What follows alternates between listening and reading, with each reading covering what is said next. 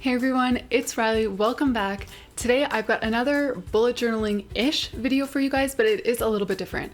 So my most recent video was sort of a back to school bullet journal setup where we had things like our fall semester tracker, our weekly tracker, ways to track like our studying, our sleeping, our expenses, all of that. So that was really practical for your bullet journal.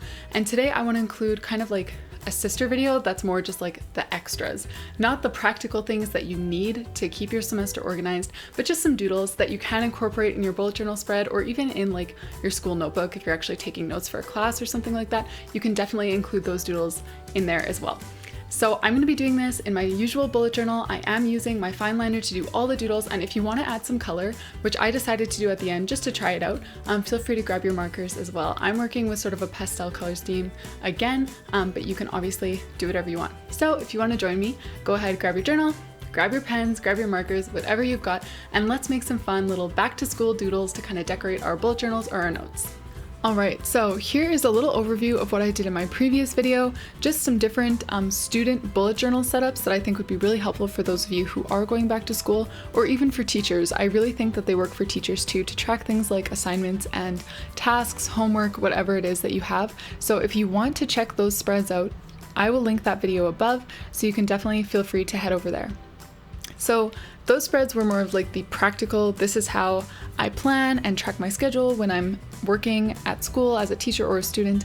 And this page I just wanted to be a little bit more fun and just a bunch of doodles that you can include in your bullet journal spreads, or you could even include them like on your notes, on your assignments, if you like to doodle in your free time, as I know I personally do and lots of others. So that's kind of what this page is going to be for, just 25 little back to school doodles. So for my title, I'm using pretty much the same fonts as I used for my other bullet journal spreads for students, but I am switching up the color. So instead of purple, I'm using blue here. I'm just doing an all caps, thicker font with my felt pen. And then I am going in with some calligraphy to write school, and I outlined all of that in my black fine liner, just like I did with my previous student bullet journal spreads. Then I'm adding a few little stars before I jump right in to the back to school doodles. So the first one that I've got here is just a page of loose leaf. You could definitely do the lines in black instead of blue and pink, but I decided to incorporate those since I already used them for the title. For number 2, I just did a little pencil, starting off with a rectangle, adding the eraser and the tip, and just a couple details along the way. Now number 3 is an apple. I feel like apples are just often associated with school, so I decided to run with that. And number 4 is a really simple line drawing of a paperclip. Now for number 5, I did this cute little flask that you could use in chemistry, and I think it would just look really nice colored in with maybe like a blue or a purple or something like that. And then I've got some geometry happening next with this little right angle. On the other side of the page, I started off with a circle to make myself a little clock, and you could definitely do a more significant time. I just kind of did a random one, but a certain time of day, you could use this little clock doodle for that too. Now my next doodle is a school bus. I don't know how many of you guys actually rode a school bus to school, but I definitely did all the way up to grade 12, so that's why I wanted to include that one in here. Now the next one is for you musicians, or those of you who are in choir or music class or something like that. You can definitely add some music notes to any back to school spread. After that, I made some scissors, and I just start off with an X and then turn like one side of the X into the blades of the scissors and the other side into the little handles. Then we've got another sheet of paper, but it's not loose leaf, it's just a blank page that's been written on with the corner kind of dog-eared or flipped over. And the next one is one of my favorites. This is just a little backpack with some really simple shapes. Not too much detail, but I think it turned out really cute. After that, I've got a tiny little tack. You could use this like in conjunction with some of the paper doodles that I already did to make it look like you've got different papers like tacked up onto a corkboard or something like that. The next one, I just have a little pen with a pen cap on it, and then I'm going to go on to a globe. So my globe, I didn't choose like an actual part of the world or anything like that. I just added a bunch of blobs, so don't ask me what that island is. I have no idea. It just kind of turned out random.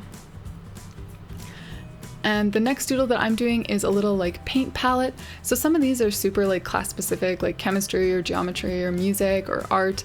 And this paint palette I just thought was really cute as someone who really enjoys art class.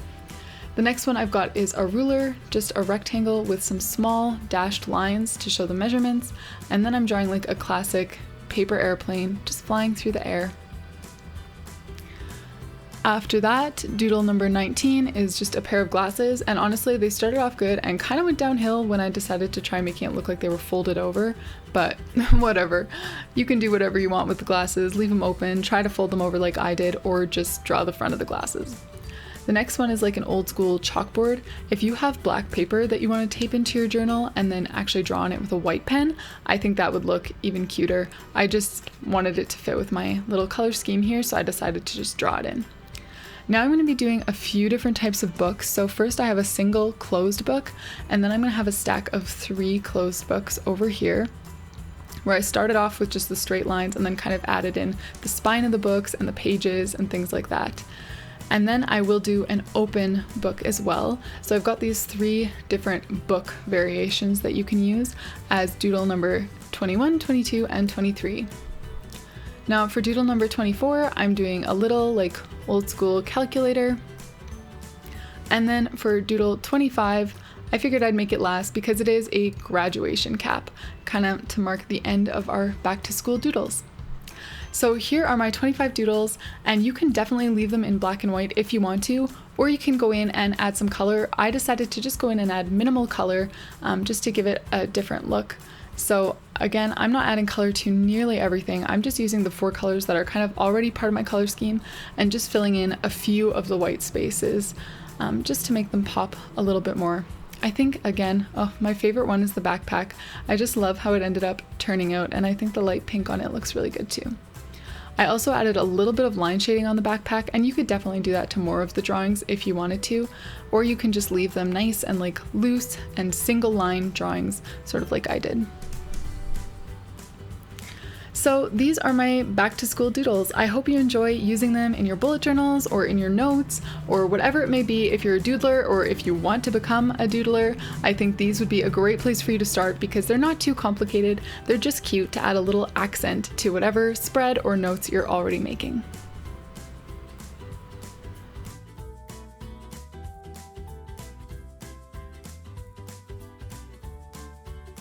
Thanks for watching, everyone. I hope that you enjoyed doing some doodles, and maybe you'll be able to incorporate some of them into your own bullet journal spreads or into your school notebooks or something like that.